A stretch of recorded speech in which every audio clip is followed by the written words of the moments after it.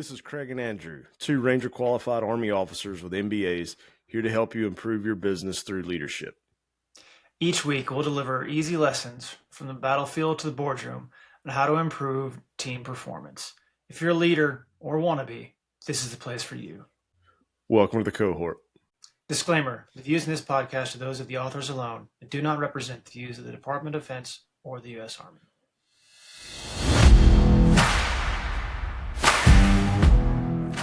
Hey, good morning, everybody. Welcome back to another episode of the Command Post Cohort. Good morning, everybody. I think today we're going to talk a little bit about the human side of leadership. A lot of times we talk more frameworks and operational side, but I think that something that we can't overlook is all of the human element, and as well as we'll talk a little bit about the idea of servant leadership and how that plays a role in the culture that you build. Yeah. So leaders are humans, right? People are humans, surprisingly enough, Craig. so And we for come with variables. Yeah, some experiences may vary. Like for example, Craig, I don't know if anybody's watching this, but they can see like my hair is quite short right now, shorter than it normally is. This is a human story here. So I got a haircut yesterday, and it's just much shorter than I normally like it. This is almost as short, if you remember this, Craig, as the haircut I got right before your wedding, and everybody was laughing at me in the pictures. Yeah. I think there's one picture of all in our tux that we're getting ready for the wedding, and all the groomsmen are pointing and laughing at me. Anyway, Yep. I do remember that. yeah, leaders are humans. People are humans, and there's a very kind of real side to that. With needs, right, and feelings, as much as we sometimes avoid trying to talk about it. Yeah. And when I think of how a lot of people throw out that idea of servant leadership, what's it Mhm. look like? And I think back, it's all about taking care of your people. Yeah, But I also think, and we're going to get into this with some examples later, of you're trying to build a culture where taking care of each other is kind of a two-way street. And it's not one directional. It's not that the junior members take care of the senior members, and it's yeah, not that you're trying to get everybody looking out for everybody else, so that it is a not only collaborative when it comes to work, but also when somebody's struggling with something, maybe they're just having a bad day, maybe um, it's those little human interactions of, hey man, is everything all right? Normally somebody that's all chipper and happy isn't. I mean, asking about each other and getting to that human side of these relationships, because all this trust building is essentially building relationships with our team over time. yeah, yeah. It's almost like taking care of each other is an accidental output of true good servant leadership, right? If you as a leader, or if the leader takes those extra steps to make sure the obstacles are removed, right, first off, for business case, but then also human obstacles, right, the interactions are removed, right, a baseline of trust is built, then everybody kind of buys into that, and starts taking care of each other, like you said, and that includes the leader, right? It's not a task. There's no task that a servant leader is going to give to an employee or a subordinate and say, "Hey, I need you to take care of me in this way." Like that usually doesn't happen, right? Because the whole framework is the other way around. Yeah. So it can be hard to understand and really internalize that you as a leader, you're a part of that. Yeah. And I think because it's not a task that we are comfortable, saying, "Hey, look, this is what you've got to do, take care of me," because that is kind of against what servant leadership's all about. Because Yeah. we always talk about, we're trying to take care of everybody else, and Yeah. we're last. But I think that then causes, when we do need to ask for help as leaders, it creates like this internal friction point. And Yeah. I'm just as guilty as everybody else of people that don't want to ask for help. I mean, it can be something as simple as a house project, and my wife will be in the same room as me. And rather than ask her, "Hey, can you hold this?" I will build an entire new contraption just to hold the other end of whatever project I'm working on totally unnecessarily. I'll take a 30-second task and turn it into a 3-hour production. With a very narrow margin of success and Yeah, and yeah, catastrophe. exactly. Yeah. Yeah. And whatever I develop and build, because I'm not an engineer, like it's It's probably not rickety even going to crap. hold it up. So, um, but it goes back to like, as a leader, if you have spent a significant amount of time trying to, like, no, servant leadership's important, I'm going to take care of the Mhm. team. But there's going to come a day where you need help on something and you got to ask for it. And it can be, again, it goes back to those difficult conversations. It's Yeah. no different than conflict resolution that you don't want to go address. It's also like, well, I don't want to ask for help because Yeah. I don't want them worried about me. Yeah. Yeah, so just recently, we released the episode about cross-functional leadership. So you can go check that out in the backlogs there. But in it, I just talked about how there's this idea, the priorities of work, right? The saber, the saddle, the self, as we say in cavalry terms. But the idea that you take care of the saber first, your weapons, the saddle, your vehicle, your all your different equipment, and then you take care of yourself, right? So as leaders, we've got that going on in our brains, right? Got to take care of everything and everybody else first. Make sure that's all straight before we can worry about ourselves, right? So I've got actually another great story, especially as we gear up for the Iron Bowl coming up here, Craig. Um, it's actually in that same operation we were doing there in that story about the cross functional leadership. So to kind of set the stage again, this was a big operation we were doing in Afghanistan. My company was going to stage out of our sister company's base, which was Baraki Barak or BBK. And we were closing down a base, EBK, which is a little further out, kind of in a straight line. So we were staging out of BBK to pull equipment out of EBK. And this is a base where we didn't normally stay, right? It's a really big operation, took several days. We weren't where we normally were, right? So this kind of that's the framing of the story. So we got the first night or first day, we got to my sister company's base. And by the time I got everything kind of done, by the time we got there, got everybody parked, got everything unloaded, interacted with the sister company to make sure we had everything square, get everything lined up for the next day, then it was time to think of myself. Right. And up to that point, even like getting ready to leave from my base and all that kind of thing, like I was so busy planning the operation and make sure, everybody understood what they were supposed to do. And we had all this stuff and the Apaches were laid on and all that kind of stuff. I didn't think about myself. Right. The first night we got there, so now I've got everything done, everything's ready. There's nothing left to do between now and the time we roll out the next night, right? So now I get to take care of myself. So I ate a little something, and I was like, oh, I gotta figure out where I'm laying down, right? Where I'm gonna get a little bit of sleep. And so on this base, there were a few little buildings, and to call them buildings is kind of a strong word. They're more like kind of shacks with some wiring, and they're bunk houses, really, kind of one story. They're just enough to shove a few cots into.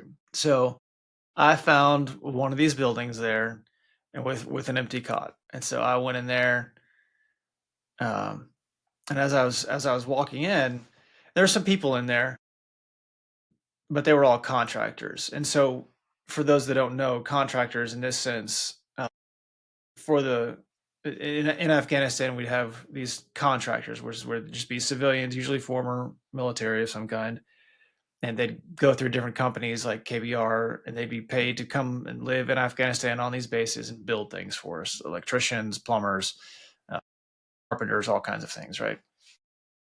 So I walked into this building, and there were a few of these contractors there who were living there as a part of their contract. And so as I was walking in, I looked down, and this one guy had an Auburn blanket. I was like, "Huh, War Eagle." And he looked at me, kind of questioning. He said, "War Eagle." So then we got to talking, and it turns out he was an '89 grad. And I was like, "Well, I'm an '06 grad." So then we got to talking and telling all kinds of stories about our time at our alma mater, and it was great. So the conversation kind of ended, and I went on and found my rack there, set my kit down, and drifted off to sleep for a few hours before we rolled out. So I woke up and we went and did the operation, uh, and came back in. I probably got back into that building, back into that same rack. I don't know, God, 2 or 3 in the morning. Just exhausted, covered in dirt and sweat, and again, like barely had time to like take off my kit and my boots before I kind of passed out there. Okay, so I managed to choose like the one bunk underneath the air conditioning. And I was, covered in sweat and dirt. So you can imagine uh, that I started to get cold really quickly. So now, because like I didn't think about myself, right? I had no sleep. I didn't bring my sleep bag. I didn't bring a blanket. I didn't do anything. And like I could have gone and asked so many people for help. I could have gone to the sister company's commander, gone, me and him were great friends. I could have, hey dude, I need some help. Can you give me a blanket or something? Or, even one of my soldiers, right? The guy who drives my truck, I'll never forget him. We're like best buddies. I could have asked him for help, right? Somebody that is by rank, right? He underneath me, if you want to look at it like that, right? I could have asked him for help and he would have done it in a heartbeat. There's so many people there I could have Yeah. just asked for help. Hey, I need a blanket. And I didn't. I was like, I'm just gonna lay here. And that's just the way it is because, I had to do all this other stuff and I'm the leader and that's the way it's gotta be. Right. Yeah. I laid down, like I said, got my boots off. I think I wiped off my face a little bit. And then tried to go to sleep. So of course I woke up about 10 minutes later, just like shivering. And again, this is like 2 or 3 in the morning. I don't know how long I was sitting there tossing and turning and shivering. Your teeth chatterings probably what Yeah, woke other yeah. people up. Yeah, I guess so. So, I felt this tap on my shoulder, and I rolled over, and it was 89 grad, Yeah. and he had the Auburn blanket, and he handed me the blanket and said, "I'm glad you're back, War Eagle," Yeah. and that was it. That's awesome. Yeah. So, it's a really cool story, a really cool Auburn moment, but also kind of a demonstration of that human element, right?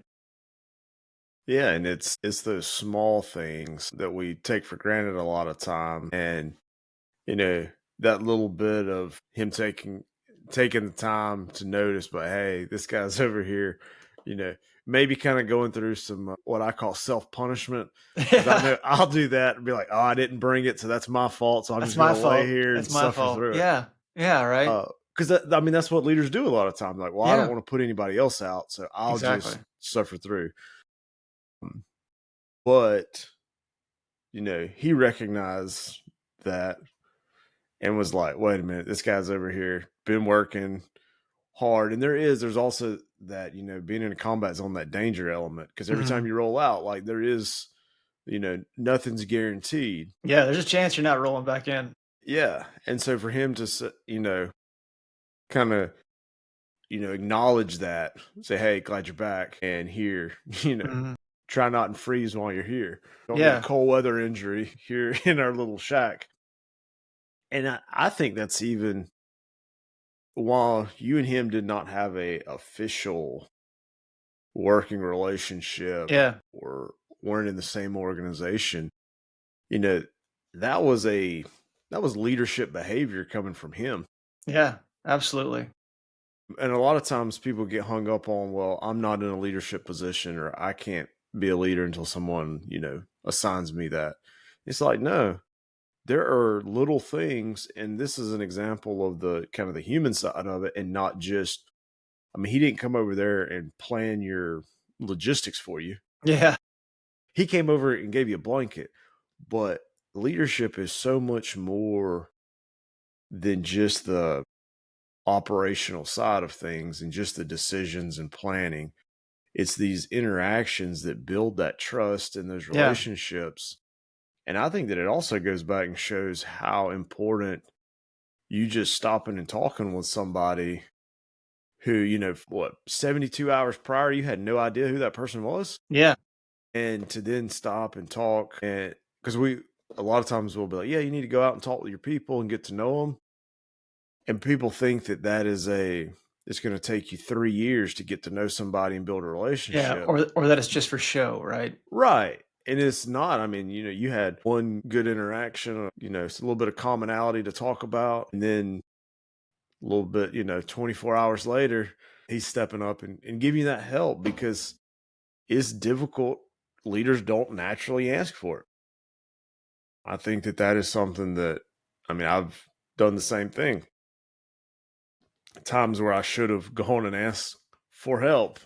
And he's like, no, no, no, I can figure this out. I got it. I'm just gonna, you know, fight through it. And it reminds me of back in so when you go through Ranger School in Florida phase, there's a tradition of the it is actually the student pilots from uh, that are in training that come and fly the air assault missions for Ranger students.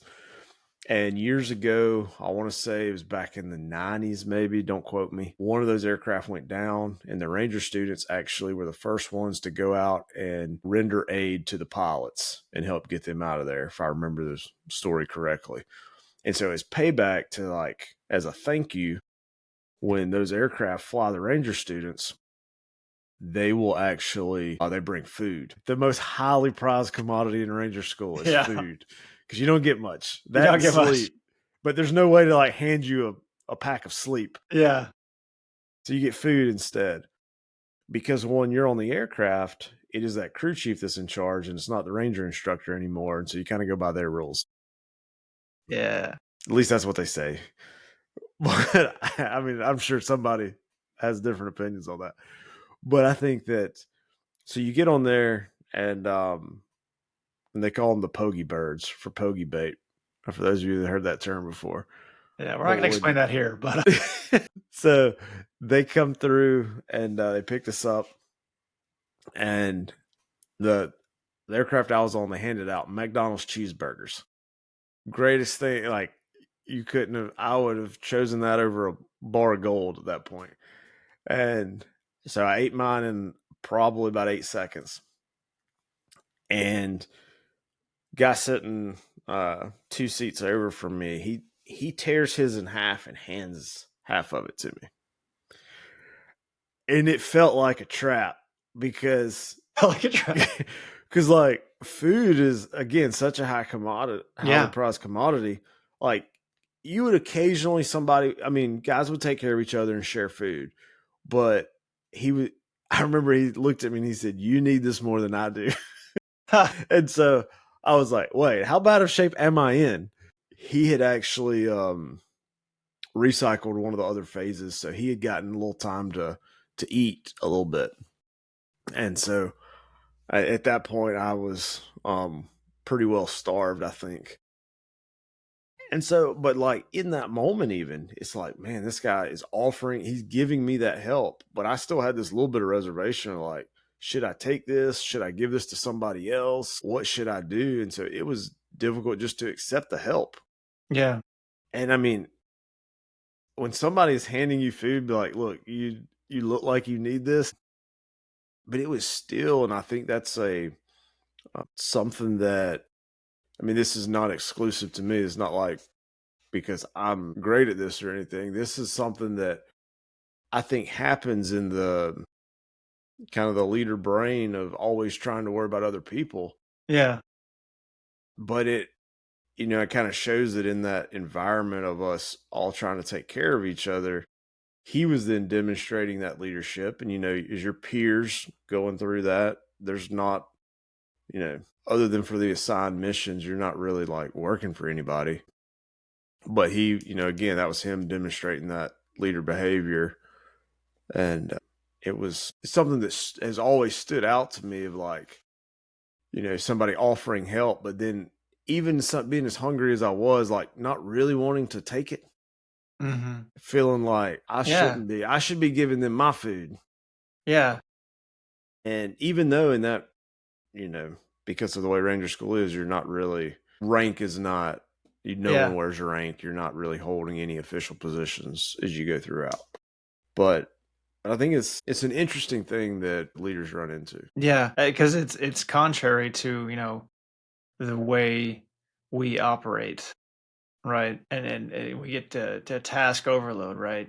It's kind of like the almost like the mad scientist, right? They're so Yeah. busy working on their project, they don't have time to shave, or that's why they look like mad scientists. But yeah, so it's a sometimes it's hard for us to look internal, right? Look internally and figure out our own needs, right? Which it can be hard for businesses too, right? Because a lot of times, you get the sticker shock of if you find you have a problem that needs solving, right? And it's something your business doesn't do or can't do, right? Well, first off, you have to be, you have to kind of think through your structure and your own profit and loss statement and see, oh, well, we need this, or we need to do this. Well, we can just make that, right? That's cheaper because you're Yeah. trying to avoid the sticker shock of going out and buying that product or service from another company or entity, right? So instead of trying to force it and trying to create a whole new business segment within your own business that is going to cost you additional time and money, right? Yeah. To say, hey, wait, maybe maybe it's worth it to outsource this, right? Yeah. I think an example of that would be for a long time, Apple did not make their screens on their iPhone. Mm, mm, They tried yeah, to, and best I recall, it was they were having problems with it passing the drop test, and so all the screens were breaking. And eventually, they realized, hey, we're not the experts at screen manufacturing. Hey, we're really good at all this other stuff, but we have found this place, and so they had to eventually ask for help. They reached out to somebody who was the expert, and they made their screens for them.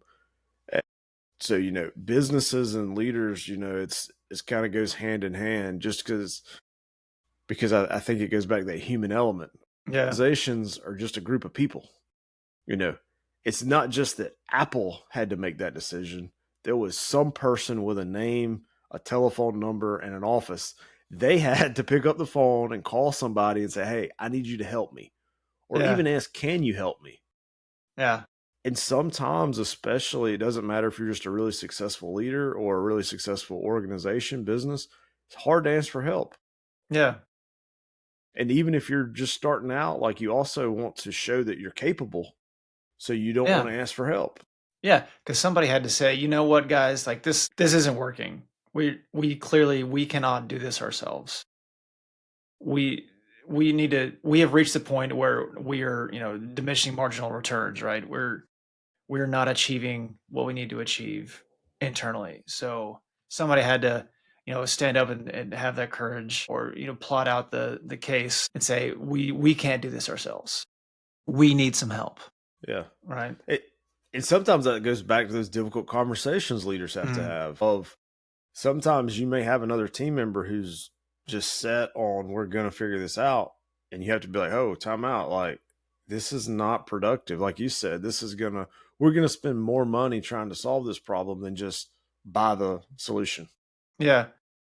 Yeah. So think about me in the blanket, right? Like, and when I stood there in front of my rack without a blanket, covered in sweat, right? I could have sat there and said, "Whoa, I need some help," right?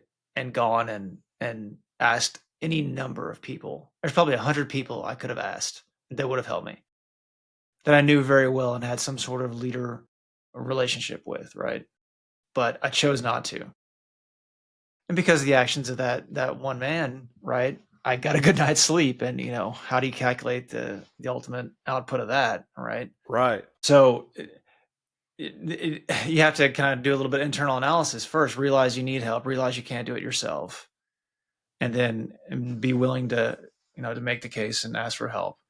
Okay, we can't do this ourselves. We have to outsource this. Yeah, and I think that's an important thing that you brought up there, doing some internal analysis. We talk a lot about, hey, use this framework for decision Mhm. making, use this for planning. This is what you do in this situation. But sometimes you've got to turn all that analysis and decision making. Sometimes you got to look at yourself. Mhm. and not just be outward facing with all of that thought and planning, but it's like, okay, hey, what am I really going to be able to rest? Am I going to be able to take care of my team the next day? I need to go and ask somebody, hey, can I, get some help with this? Can you help manufacture this for me or whatever the case is? Because if not, then you're not maximizing your potential. Yeah, yeah. Well, I think that, like we've talked about before, humans have all these different variables in them. And it is one of the challenging aspects of leadership is dealing with the human dimension. But I think it's important that, we talk about it a little bit. And so we wanted to share some thoughts on that. And if y'all have any other things you want to hear from us, be sure to, shoot us a note. You can get in touch with us either via our social media or our website at commandpostcohort.com. Yeah, looking forward to hearing from you. Y'all have a good one. As always, take these lessons, use them, and spread them. Everyone is welcome in the cohort. Be sure to like, follow, and subscribe for more, and drop us a line at commandpostcohort.com to request a specific topic. We'll see you next time on the cohort.